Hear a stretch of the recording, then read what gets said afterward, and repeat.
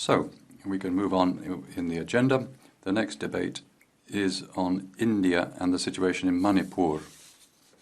I give the first of all, I give the floor to Sven Zeman as one of the authors.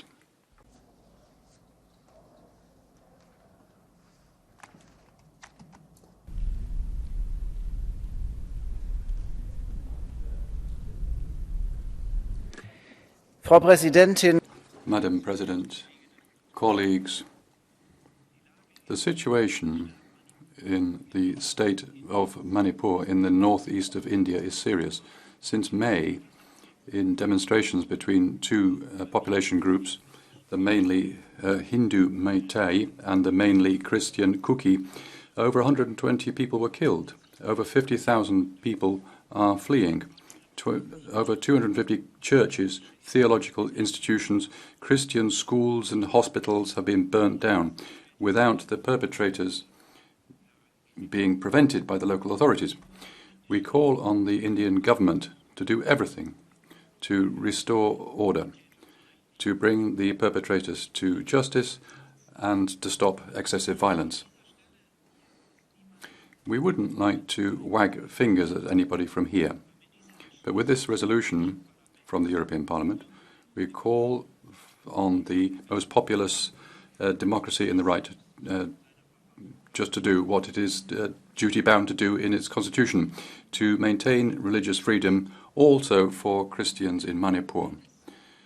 One thing, colleagues, has irritated me with the negotiations with the other groups, how difficult it is for the Greens and colleagues and those on the left to say that it's Christians who are affected. They wriggle with platitudes about discrimination and religious intolerance, and they can't state what is obvious. Persecutions of Christians are real, and it is our duty to make sure that they stop, also in Manipur.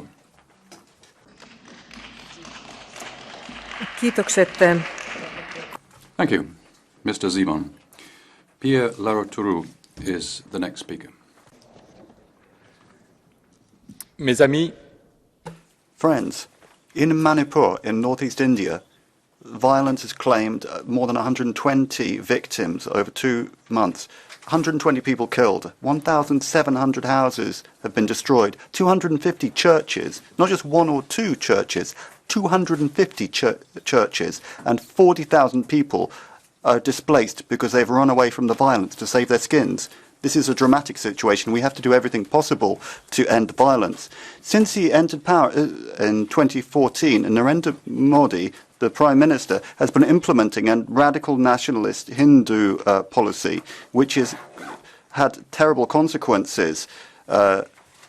Journalists, religious minorities, and human rights fighters. He always says that he is an heir to Mahatma Gandhi. We all admire. He takes meditation time. He created a World Yoga Day. He seems kind and well-meaning. But in India, millions of Muslims and Christians suffer every single day because the government violates their most fundamental rights. The situation is serious. That's why the European Parliament must vote tomorrow on a very clear resolution. It has to be clear in denouncing the nationalist discourse of Mr. Modi. The government has to fully respect fundamental freedoms, freedom of expression and religious freedoms for everyone. The resolution has to call for the violence to end immediately and to authorize humanitarian aid and the presence of observers and journalists wherever necessary. They have to accept democratic functioning, no longer criminalize anyone who criticizes government policy. That's what democracy is about. The number of NGOs that are authorized to operate in India has been cut by 3 in just a few years. They are trying to suffocate the NGOs. They are trying to suffocate democracy and civil society. There is no economic development without democracy. The European Parliament has to demand that respect for human rights is fully included in the EU-India partnership, including in trade relations. That is in black and white in our text.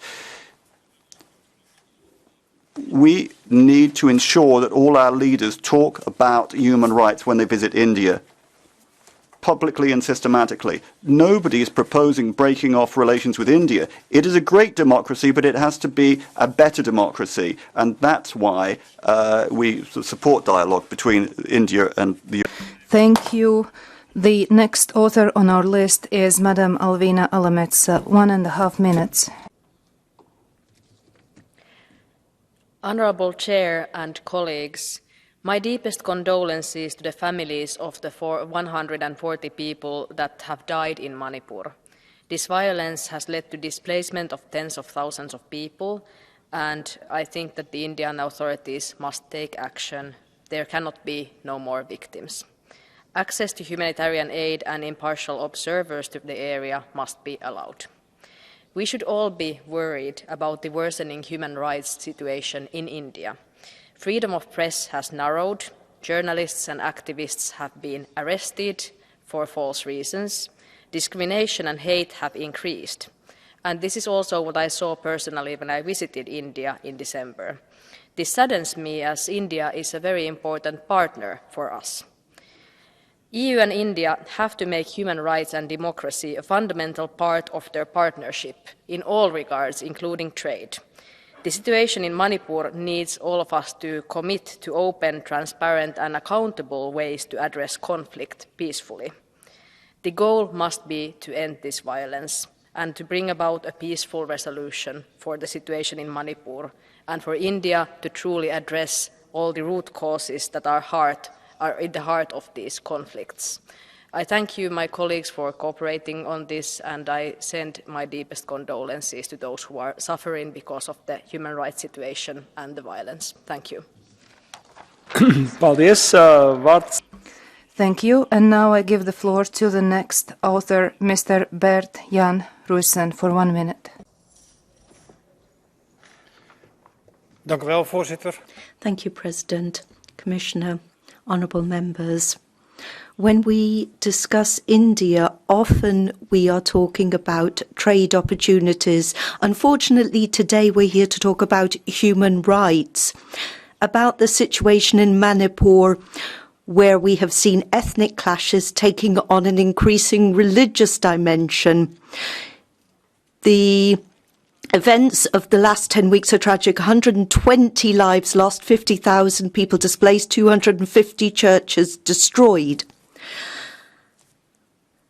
Unfortunately, this is not an isolated incident across India. Those who are not Hindu, in particular Christians, are facing growing intolerance, violence, humiliation, discrimination. We're seeing this in anti-conversion laws in different federal states. Our joint resolution is crystal clear. We are calling on India to do everything within its power to end ethnic and religious violence, to punish perpetrators, and end Hindu extremism.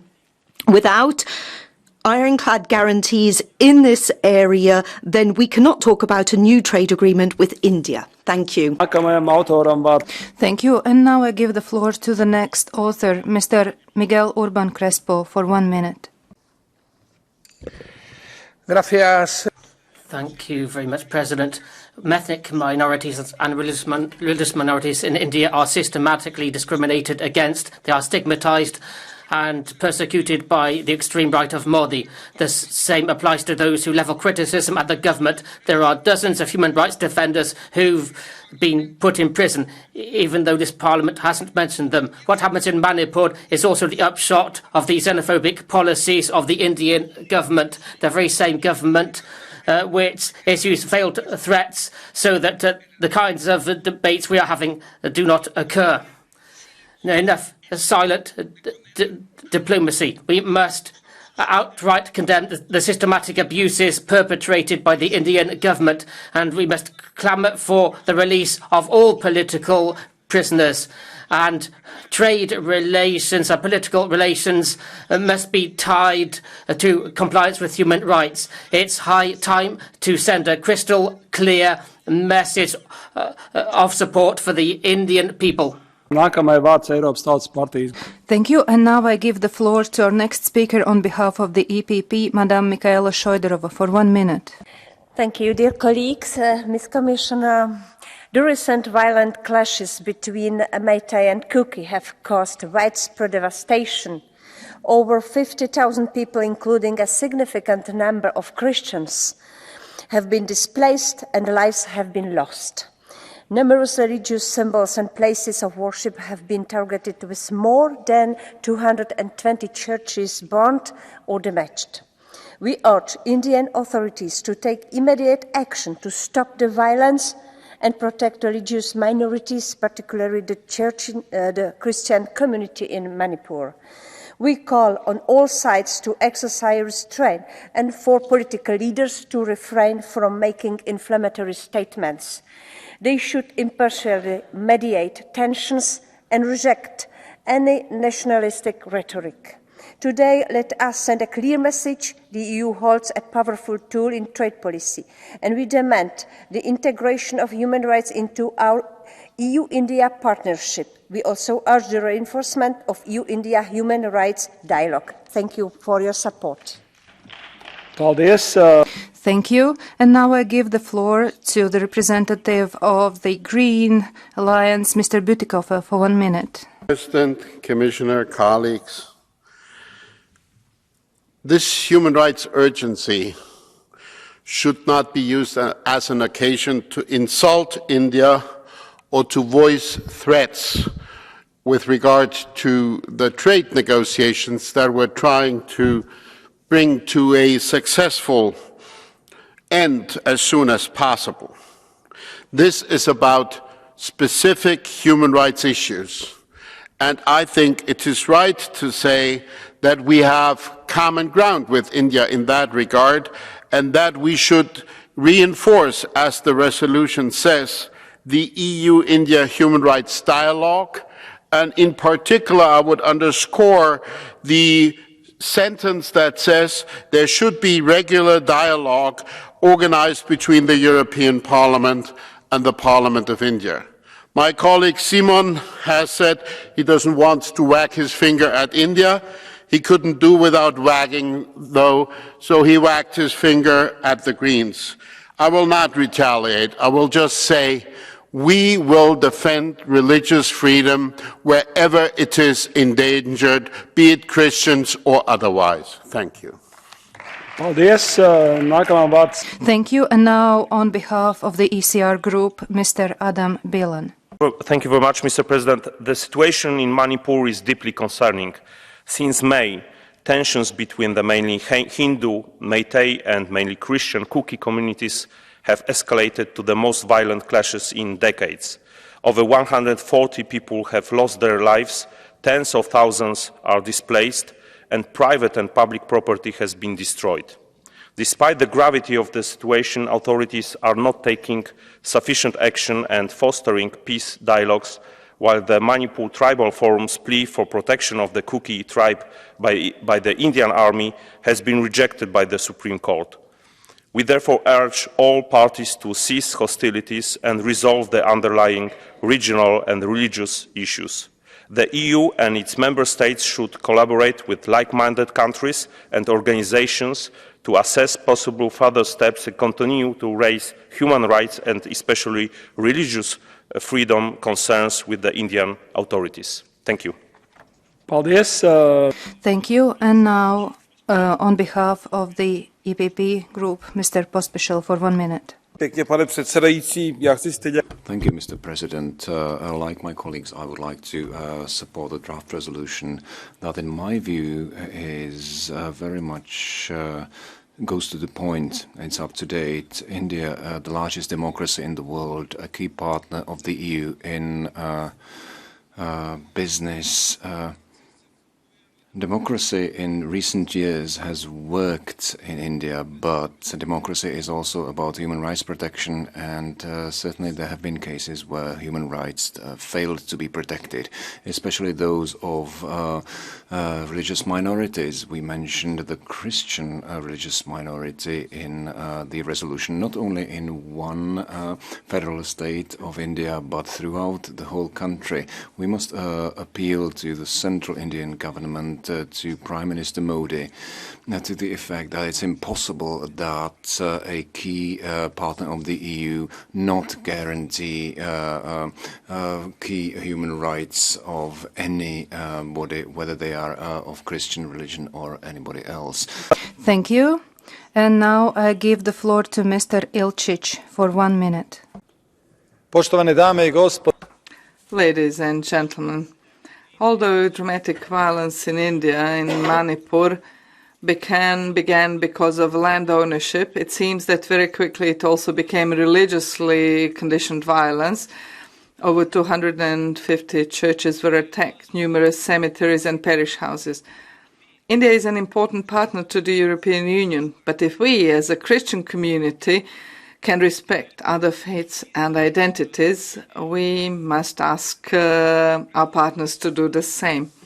I propose an urgent visit by the European Special Envoy for Religious Freedoms to India, and the way Indian government will treat this proposal will show whether the authorities there are, for the time being, only powerless in such cases, or whether they knowingly allow persecution of religious minorities by radical groups.